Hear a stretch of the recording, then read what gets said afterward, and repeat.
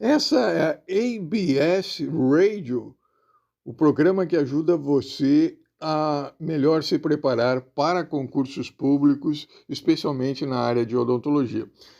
De maneira que nesse vídeo nós vamos estudar os aspectos microscópicos utilizados, os principais parâmetros utilizados para o diagnóstico histopatológico do carcinoma de células escamosas da boca, do câncer oral e, consequentemente, o estabelecimento do tratamento, do prognóstico, da sobrevida dos pacientes. Fazer você tentar compreender o porquê alguns parâmetros microscópicos histopatológicos apresentam um maior valor prognóstico e outros um menor valor prognóstico no estabelecimento do tratamento, na sobrevida dos pacientes. Lembra você que no episódio anterior nós apresentamos aqueles principais parâmetros clínico-patológicos relacionados com ou correlacionados com os diferentes sistemas histológicos de graduação da malignidade. Nós mencionamos que o principal, o mais utilizado sistema histológico de graduação da malignidade proposto pela Organização Mundial da Saúde, que tem como base a diferenciação celular da lesão, apresenta limitado valor prognóstico. Vimos com relação ao estabelecimento, à predição de metástase. E nós também vimos que existem alguns parâmetros histopatológicos, como, por exemplo, a invasão vascular, o modo, o modelo, o padrão de invasão e a profundidade de invasão, que são parâmetros microscópicos, parâmetros histopatológicos que apresentam acentuado valor relativamente a essa predição de metástases. E hoje nós vamos estudar nesse podcast o porquê esses parâmetros são considerados relevantes, importantes na previsão da sobrevida, da predição de metástase, no contexto do diagnóstico e do tratamento dos pacientes portadores de câncer oral. Lembra você que eu sou o Dr. Antônio Schultz, cirurgião dentista, farmacêutico, com mestrado e doutorado em patologia oral, respectivamente, pelas faculdades de odontologia da Universidade Federal do Rio de Janeiro, onde eu cursei mestrado, e Faculdade de Odontologia de Bauru, da USP, da Unidade Bauru, em que eu frequentei o meu doutoramento. Também frequentei algumas aulas em engenharia biomédica na Faculdade de Ciências Aplicadas da Hochschule Anhalt em Köthen, na Alemanha. Assim, nós começamos o estudo desses parâmetros microscópicos relacionados com o diagnóstico do câncer oral, estabelecimento do tratamento, prognóstico, sobrevida dos pacientes, estudando o conceito de diferenciação celular ou de diferenciação da neoplasia, que serve de base para o estabelecimento da classificação histológica de malignidade proposta pela Organização Mundial da Saúde, que divide os carcinomas, as lesões de câncer oral, em carcinomas bem diferenciados, moderadamente diferenciados e pobremente diferenciados. A diferenciação celular nada mais é do que o processo de evolução de uma célula de um estado imaturo ou indiferenciado para um estado maturo ou de diferenciação celular, em que, nesse estado de completa diferenciação, a capacidade reprodutiva, proliferativa dessa célula é inexistente, de maneira que, quanto mais diferenciado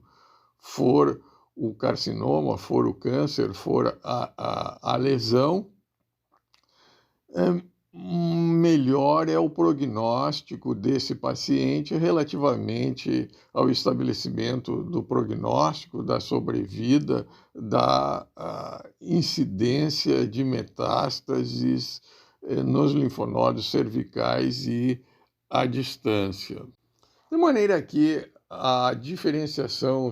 celular, o estabelecimento da diferenciação celular da neoplasia tem como base 3 parâmetros histomorfológicos: o grau de queratinização, o grau de anaplasia e o número de mitoses típicas e atípicas. Neste contexto, o grau de queratinização é avaliado em termos percentuais, como acentuadamente diferenciado, moderadamente diferenciado e pobremente diferenciado, em que a lesão, o carcinoma, o câncer, ele, conforme aumenta o grau de queratinização, diminui a quantidade de ceratina identificada nessas lesões, sendo que os carcinomas acentuadamente diferenciados relativamente ao grau de queratinização apresentam uma acentuada quantidade de queratina, seja essa queratina no formato de células individuais ceratinizadas ou queratinizadas, ou então pela presença de pérolas córneas ou de queratina. Isto posto, nós avançamos na direção do estudo de um outro conceito relacionado, de um outro parâmetro relacionado com o estabelecimento da diferenciação celular, qual seja o grau de anaplasia. A anaplasia nada mais é do que a reversão de uma célula de um estado maturo ou diferenciado para um estado imaturo ou indiferenciado. Ou seja, seria a perda da diferenciação celular, a dediferenciação. Entretanto, é importante se ressaltar que muitos cânceres, muitos carcinomas de células escamosas da boca, eles têm origem não nesse processo de dediferenciação ou de reversão da diferenciação celular, mas um estado em que a célula imatura, ou seja, as células stem cells, células embrionárias, que são células de reserva presente em determinados órgãos, em determinados tecidos, ou seja, células não diferenciadas, elas não se diferenciam, mas elas não apresentam esse processo de diferenciação. Entendido isso, nós passamos à compreensão dos critérios para se analisar microscopicamente, representativos microscopicamente da anaplasia. Quais sejam o aumento da relação núcleo-citoplasma, ou seja, muitas vezes uma proporção de 1 do núcleo para 1 do citoplasma, ou 1 do núcleo para 4 do citoplasma, 1 do núcleo para 6 do citoplasma, essas proporções de 1 para 1, 1 para 4, 1 para 6. Também os nucléolos bem evidentes, o hipercromatismo celular, que é aquela coloração arroxada do núcleo, ela se torna enegrecida, então isso se denomina hipercromatismo celular. Também a presença de múltiplas células multinucleares, apresentando vários núcleos, são parâmetros microscópicos utilizados para se determinar esse grau de anaplasia. Também uma outra característica da anaplasia, além desse polimorfismo nuclear e celular, é a presença de mitoses que podem ser típicas ou atípicas. Entretanto, é importante se ressaltar que tanto o grau de queratinização como o grau de anaplasia ou de polimorfismo celular e nuclear, avaliado em termos percentuais, apresenta-se como um parâmetro de aferição microscópico da malignidade bastante subjetivo, porque esse percentual ele é variável tanto intrapessoalmente como interpessoalmente, ou seja, uma mesma pessoa avalia num dia uma determinada área com um percentual, em outro dia, em outro momento, com um percentual diferente. Da mesma maneira, relativamente a dois observadores, dois aferidores que diferem relativamente ao percentual de aferição do grau de anaplasia, de polimorfismo celular e nuclear relativamente a essa área. E também esses fatores, esses parâmetros histomorfológicos do grau de queratinização, do grau de anaplasia, de polimorfismo celular e nuclear, bem como de mitoses atípicas,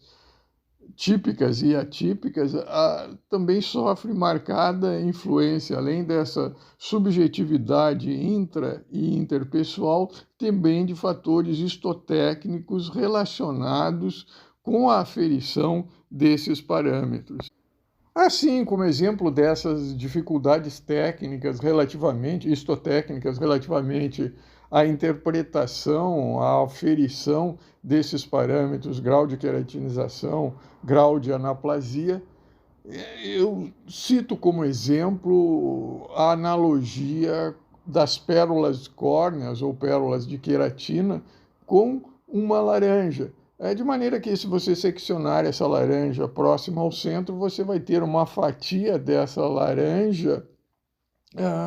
com maior diâmetro, consequentemente, com maior grau de queratinização. Se você seccionar essa laranja próximo ao maior diâmetro dessa laranja, você vai ter uma fatia dessa laranja com menor diâmetro, consequentemente com menor grau de queratinização. E o mesmo raciocínio é válido relativamente ao grau de anaplasia, dependendo da localização dessas células anaplásicas, dessas células polimorfas. Se você seccionar, se o corte for seccionado próximo ao centro, usualmente é esperado um grau de anaplasia maior do que aquele corte histológico que corta o tumor, que corta a lesão mais superficialmente. Em síntese, nós estudamos os parâmetros microscópicos histopatológicos relacionados com a população celular da neoplasia, quais sejam o grau de queratinização, o grau de anaplasia e o número de mitoses. Parâmetros esses que guardam uma relação com a diferenciação celular. Critério esse utilizados por vários sistemas histológicos de graduação, dentre os quais o mais conhecido é o da Organização Mundial da Saúde. Nós também estudamos o porquê da limitação desses sistemas de graduação da malignidade, tendo por base esses parâmetros microscópicos histopatológicos baseados na população celular da neoplasia. De maneira que no próximo vídeo nós vamos estudar a microscopia, os parâmetros histopatológicos relacionados com a relação do tumor com o hospedeiro, cujos parâmetros apresentam maior valor prognóstico comparativamente a esses parâmetros relacionados com a população celular da neoplasia.